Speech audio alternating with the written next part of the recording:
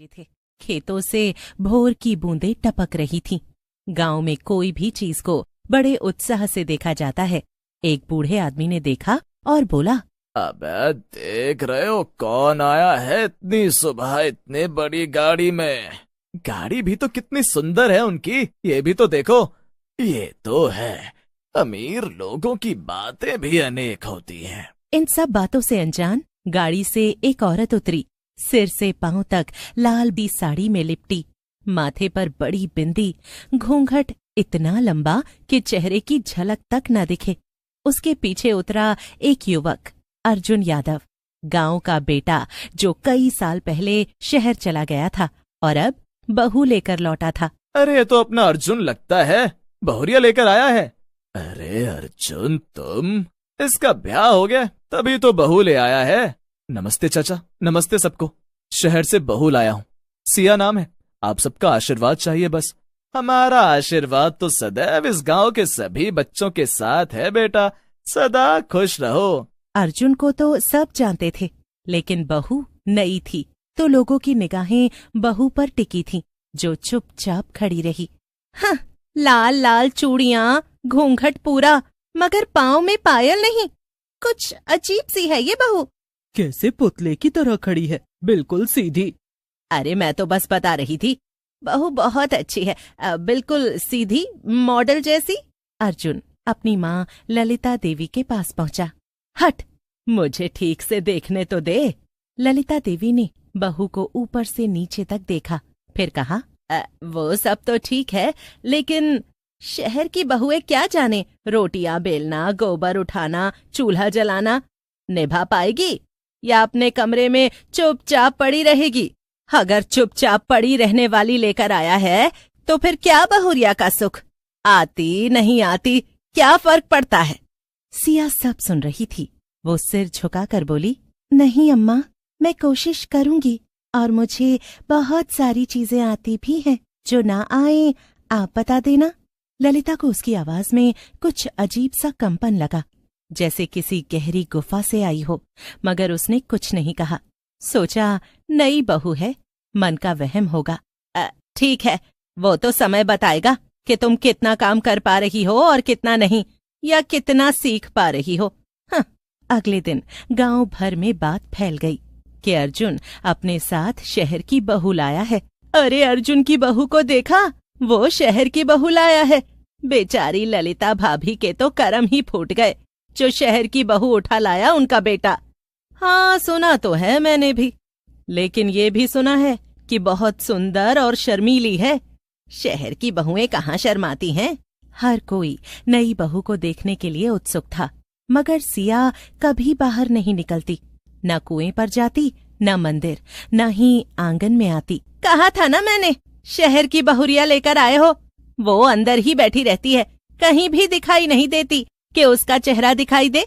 घर जाओगे तभी सामने आती है, वरना हमेशा अंदर ही रहती है।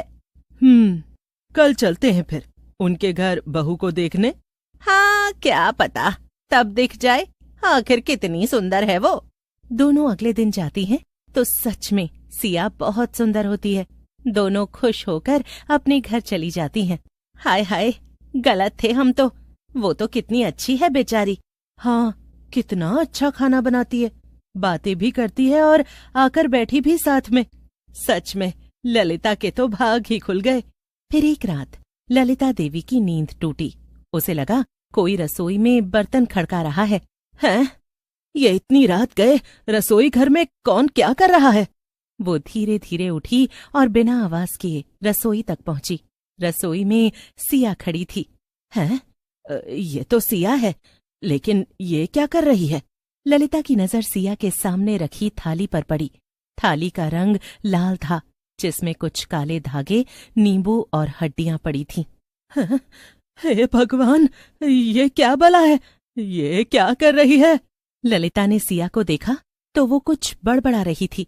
ये सब देखकर ललिता बहुत डर गई, जिसकी वजह से उसके हाथ में जो पानी का लोटा था वो उसके हाथ, और एकदम से शोर हुआ। ललिता बहुत घबरा गई। तभी सिया ने उसको पलटकर देखा।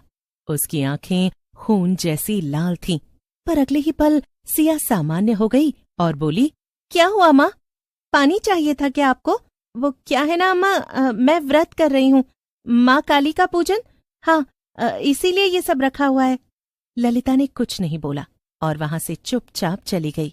फिर ललिता डरते डरते खुद से बोली, ये किस तरह की पूजा करती हैं ये शहर की बहुएं। अगली सुबह ललिता ने ये सारा किस्सा अर्जुन के सामने सुनाया। तब वहां पर सिया नहीं थी। अर्जुन ने जैसे ही ये सब सुना तो वो हंसने लगा। मगर गांव में बदलाव आने लगे थे। कुएं का पानी सड़ने लगा। हाय हाय, रात को घरों के पीछे किसी के चलने की आवाज आती है। बुजुर्ग चंपा बुआ, जो पूरे गांव की झाड़ फूंक वाली थी, एक दिन वो रात को किसी के घर से आ रही थी झाड़ फूंक करके। तभी उन्होंने देखा एक चुड़ैल को। हे भगवान, उन्होंने अपनी बहू से कहा, एक चुड़ैल को देखा मैंने, उड़ते हुए। आधी रात को खेत के बीचों बीच खड़ी रहती है। फिर एक रात अर्जुन की नींद टूटी।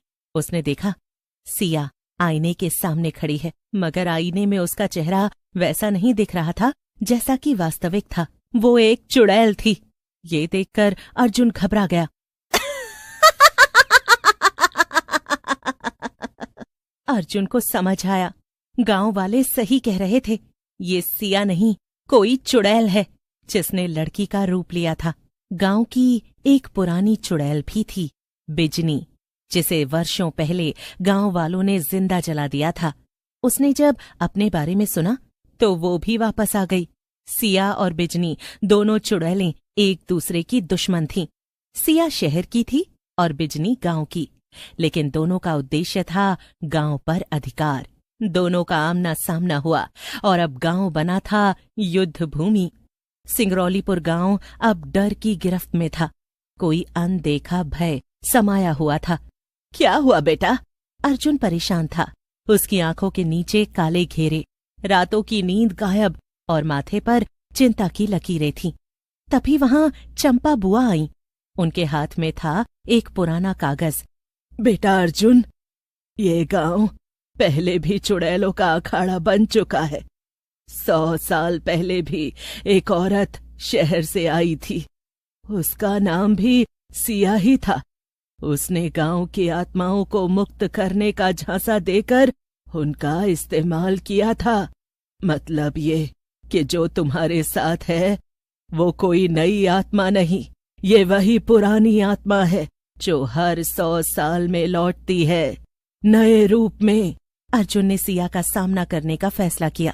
उसके चारों ओर एक तांत्रिक मंडल बना था। वो बोल रही थी, आओ आत्माओं, अब मैं तुम्हें शांति दूंगी, लेकिन पहले गांव की माटी को मेरा बना दो। जब मैं औरत थी, मेरी शादी एक तांत्रिक से हुई थी। उसने मेरी आत्मा बेच दी और जब मैंने आत्महत्या की तो मेरी आत्मा को ये गांव निगल गया। अब मैं हर बार लौटती हूँ, हर बार बहू बनकर, हर बार बदला लेने, लेकिन कभी ले नहीं पाई। तभी सामने से आई चुड़ैल बिजनी। बस, अब बहुत हो गया। ये गांव मेरी जागीर है।